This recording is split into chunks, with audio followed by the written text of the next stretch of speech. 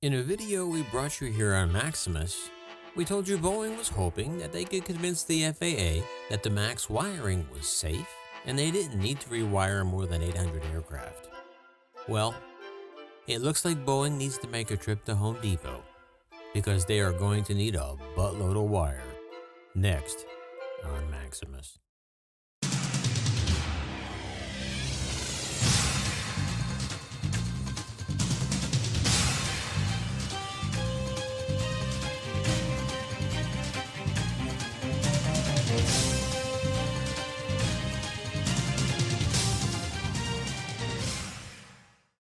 Man, Boeing really wanted to fight the FAA on this order to replace the wiring in more than 800 grounded jets. However, after reassessing all the possible outcomes and realizing that all they would accomplish by fighting the FAA was just to lose more money, Boeing executives made the common sense decision and have decided not to seek an exemption after the FAA rejected their argument that the electrical wiring on the 737 MAX is in fact compliant with regulations for safe wire separation. Its engineers are preparing to go ahead and rewire all the jets that Boeing has stored while the FAA decides how to handle the planes already delivered.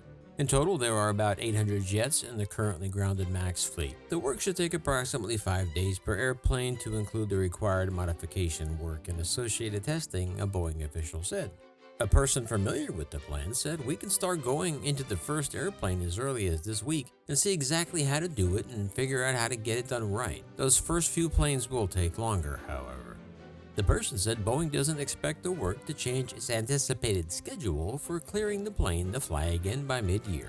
"A lot of this work can be done at the same time as the other work on taking the planes out of storage," he said. "That process takes a week or two itself, running all the checks on fluids, kicking the tires, fuel tanks, avionics, and engines, and finally to make sure the plane is airworthy, and then installing the new software to fix the flight control system known as the MCAS system.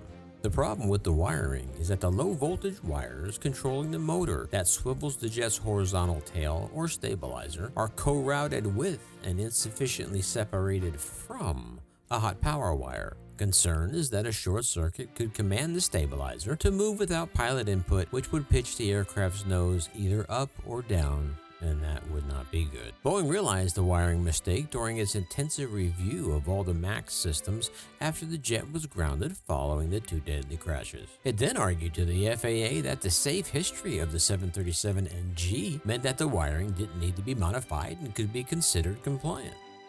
The FAA didn't buy it. On Monday, March 9th, the safety agency issued a statement insisting that Boeing must demonstrate compliance with all certification standards.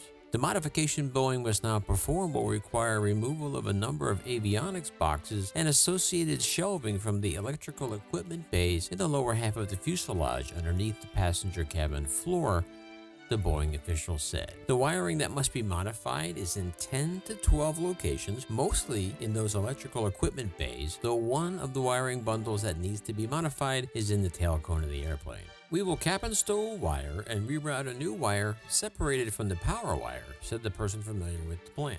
Boeing, however, has not yet informed the FAA of the details of its proposed wiring fix. Once it does so, because the danger is remote and the lack of separation is not considered an imminent safety flight issue, the FAA will have the option to issue an airworthiness directive requiring the work be done within a certain period of time. However, individual airlines may insist the wiring be modified before any of their grounded MAXs can fly again. That means getting the grounded planes back in the air could be slow, but Boeing could still meet its mid-year schedule for a MAX return to service by first delivering the airplanes that roll out of the factory once the FAA clearance is given. The wiring is just one of 3 new issues that arose recently during the MAX's, rectal examination. Last month, the FAA issued an airworthiness directive requiring all 737 MAXs to be inspected for a manufacturing defect that leaves the engine pods called nacelles vulnerable to a lightning strike. Mechanics polishing the carbon composite nacelles at the end of the production process ground away some underlying layers of metal foil in the upper part of the pod that are necessary for lightning protection. Also in February, in another video featured here on Maximus, Boeing discovered debris that mechanics left inside the wing fuel tanks of some of the undelivered 737 MAXs during the aircraft's assembly process. Subsequent checks on the undelivered airplanes Boeing has parked found debris, including tools left behind and rags, in about half of the airplanes. All those nacelle panels will have to be inspected, fixed, and all the fuel tanks will have to be inspected and cleared of debris before any of those already built planes can fly again.